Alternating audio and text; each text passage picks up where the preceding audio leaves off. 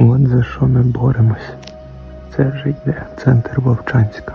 Ми тоді зайшли з нашим підрозділом біля населеного пункту Плетенівка на кордон стояти. Там ще в спокійний час. Добрий ранок. Наступ 9 травня на Вовчанськ.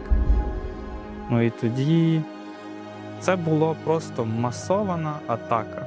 Техніки саме на нашому напрямку тоді не було. Хвиля за хвилею вони лізли і лізли і лізли. Вже доходило до того, що я кулеметник за посадою, вже перегрівався ствол в кулемета. Настільки треба було насипати добряче, щоб вони перестали хоча б на деякий час лізти.